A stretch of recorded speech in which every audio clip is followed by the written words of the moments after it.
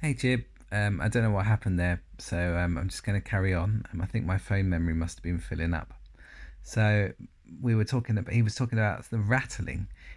But something was rattling. He was rattling. The boy realised he must be lying on a trolley with wonky wheels. His head clouded with questions. Where was he? How did he get here? Why couldn't he remember a thing? And most importantly, who was this terrifying man monster? The trolley travelled slowly down the long corridor. The boy could hear the sound of something being dragged along the floor. It sounded like the squeak of a shoe. He looked down. The man was limping.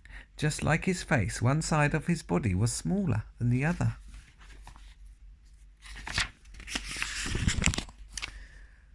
So the man was dragging his withered leg along with him. It looked like every movement might be painful. Bang! A pair of tall doors swung open and the trolley trundled into a room and came to a stop. Then some of the curtains were drawn around the boy. "I hope that wasn't too uncomfortable, young sir," said the man. The boy thought it was curious that this man called him sir. He had never been called sir in his life. He was only 12. Sir was a title reserved only for teachers at his boarding school.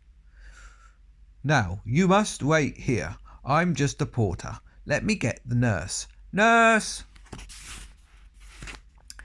As he lay there, the boy felt strangely disconnected from his own body. It felt limp, lifeless. The pain, though, was in his head. It was throbbing, hot. If the feeling could be a colour, it would be red, a bright, hot, raging red. The pain was so intense he closed his eyes. When he opened them, he realised he was staring straight up at a bright fluorescent light. This made his head ache even more than before. Then he heard the sound of footsteps approaching. The curtain was whisked back. A large older lady in a blue and white uniform with a hat leaned over and examined the boy's head. Dark circles framed her bloodshot eyes. Grey, wiry hair squatted on her head. Her face was red raw, as if she had scrubbed it with a cheese grater. In brief, she had the appearance of someone who had not slept for a week and was angry about it. "Oh dearie me, oh dearie me, oh dearie, dearie, dearie me," she muttered to nobody in particular. I need a box to fix my teeth. 1 second.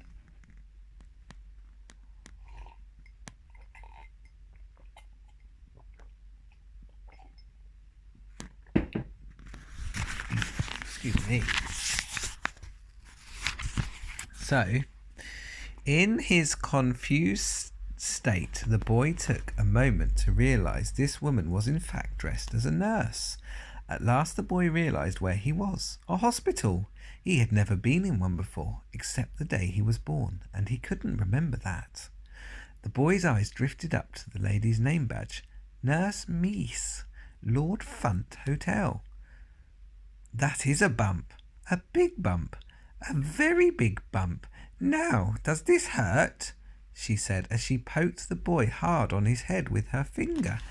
Ow! He screamed, so loudly it echoed along the corridor. Some slight pain, muttered the nurse. Now, just let me get the doctor. The curtain was whisked across and then back again. As the boy lay there staring at the ceiling, he could hear the sound of footsteps departing. Doctor! She barked out again, now some way down the corridor. Coming, nurse, came a voice from far off. Quickly, she shouted. Sorry, said the voice. Then there was the sound of footsteps approaching at speed. The curtain was whisked back. A young pointy-faced man breezed in, his long white coat trailing behind him.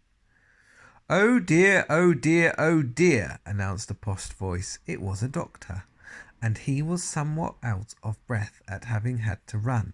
Looking up, the boy read the man's name badge, Dr. Luppers. That is a big bump. Does this hurt? The man took...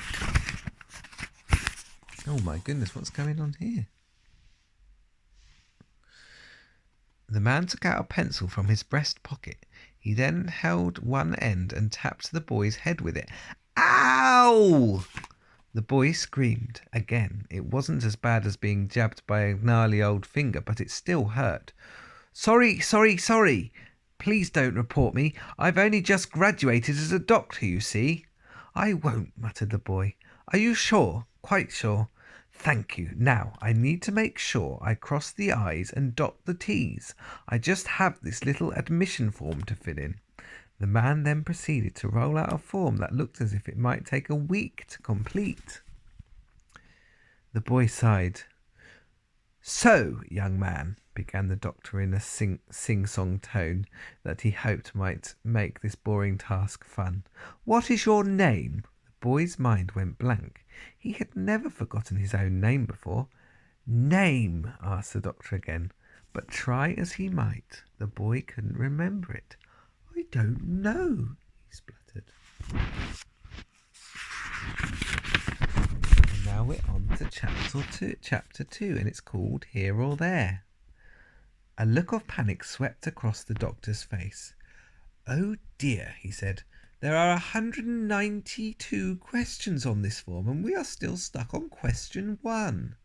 I'm sorry, replied the boy as he lay on the hospital trolley. A tear rolled down his cheek. He felt like such a failure, not even being able to remember his own name.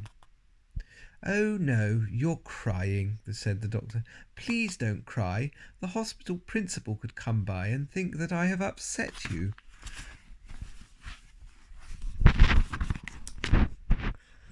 The boy did his best to stop. Dr. Lappers searched his pocket for a tissue.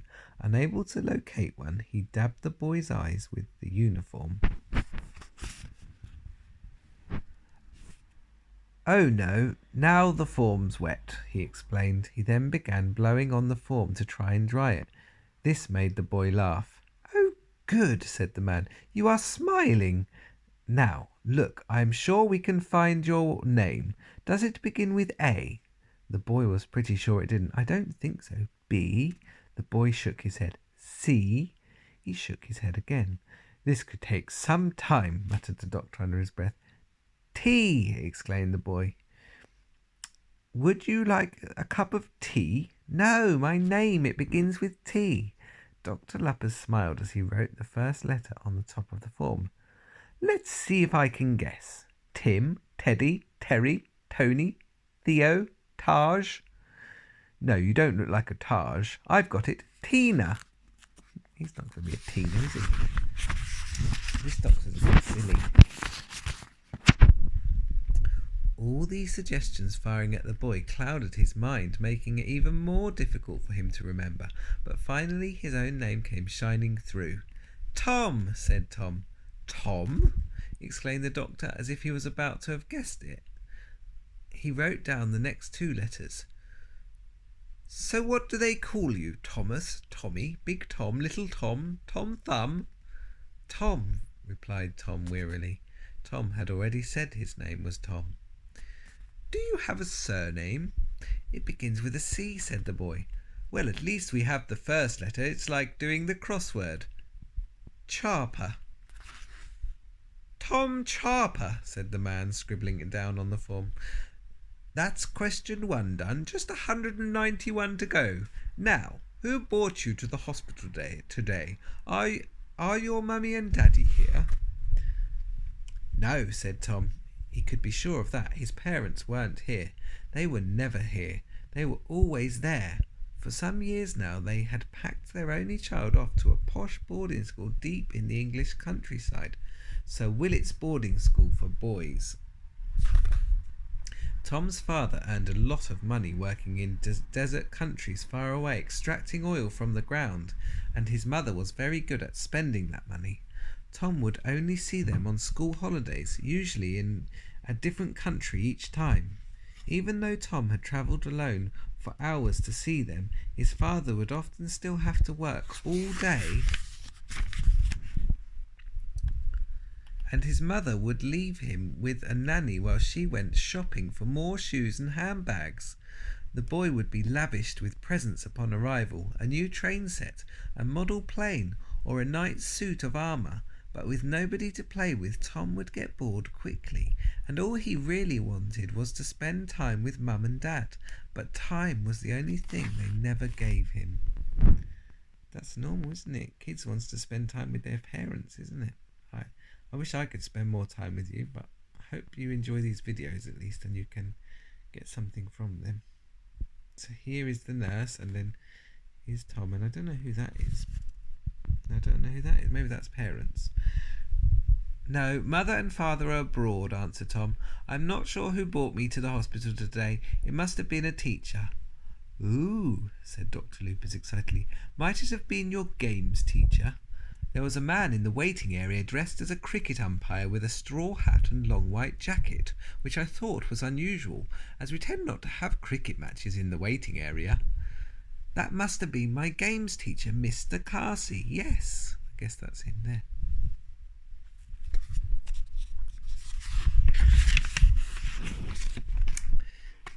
Dr. Lupper's eyes flicked down onto his form. They flashed with panic once again. Oh dear, it only says parent, guardian, friend or other on the form. What am I going to do? Tick other, instructed the boy, taking charge. Thank you, said the doctor, looking relieved. Thank you so much. What is the nature of your injury? A bump on the head. Of course, yes, replied Dr. Luppers as he scribbled down on the form. Now, next question. Would you say the general appearance of Lord Funt Hospital has been lower than your expectations? Has met your expectations? Has exceeded your expectations? Or has greatly exceeded your expectations? What was the first one again, said Tom. The pain in his head made it hard for him to think straight. Oh, that's been lower than your expectations. What is? The general appearance of the hospital. It's only the ceiling I've only seen the ceiling so far, sighed the boy. And how would you rate the general appearance of the ceiling? Fine. I'll put that as has met your expectations. Next question. What would you say that the care you have received today at the hospital has been poor, fine, good, very good, or in fact too good? It's been all right, replied Tom. Sorry, but all right isn't on the form. Good then. Not very good, said Dr. Luppers, a hint of pleading in his voice. It would be nice to say I got a very good on my first week. Tom sighed. Put too good then. Oh, thank you, replied the doctor, his eyes dancing with delight. No one ever gets a too good. They're supposed to look after the boy, not fill out 192 questions. Though I worry whether too good might actually be a bad thing. Can I just put very? Yes, put whatever you like. I'll put very good. Thank you very much. This will go down very well with the hospital principal, Sir Quinton Strillers. Now, next question. We're racing through them now. Would you recommend Lord Funt Hospital to family and friends with a heavy heart, half-heartedly, wholeheartedly, or very wholeheartedly? Suddenly, Nurse Mees bustled through the curtains. There isn't time for all your stupid questions, Doctor. The man put his hand up to his face as though he thought he was going to be slapped. Don't hurt me. You silly boy, as if I would, replied the nurse before clouting him around the ear with her thick, heavy hand. Ow! Screamed Dr. Lupus. That hurt. Well, at least you are in the right place for an injury. Ha ha! The woman laughed to herself and almost managed to smile. I need this station right now. I need this station back right now. I have a newsagent being rushed here in an ambulance who managed to staple his own fingers together. Stupid man. Oh no, replied the doctor. I can't stand the sight of blood. Get this boy out of here before I'm back, or I will clout you round the other ear. With that, Nurse Mees whipped back the curtains, stomped off down the corridor. Okay, replied Dr. Luppers. Let me speed this up as much as I can. The man began speaking very fast. Bad swelling? Keep you here for a few nights, just to be safe. Hope you don't mind. Tom didn't mind staying at the hospital at all. Anything to miss time at his dreaded boarding school. It was one of the most expensive schools in the country, and so most of the boys who went there were exceedingly posh. Tom's parents were rich because of his father's well-paid job abroad, but the family were not posh at all. Lots of boys looked down their aristocratic noses at Tom. I'm just going to send you up to the children's ward right away. Nice and peaceful up there. You should get a good night's sleep. Porter! Tom froze in fear as the terrifying man limped back in. Yes, Dr. Lupin, sir, he slurred. Sorry. What was your name again? Tom, replied Tom. Take Tom up to the children's ward. And I think that is a good place to stop. But that's chapter 3 bump. And look, there's the porter again. He's looking a bit bleary-eyed. Right. So we've had Tom go into hospital, and he's met a very naff doctor and the nurse and the porter, and he's going to have some fun, I guess, when he goes up to the children's ward and meets all the other kids. You once were in hospital. You got Bjorky one time when you was younger. You had a urine infection, and you had to stay in the hospital for a few days. And Cara and I was a little bit scared about that, but you pulled through, obviously.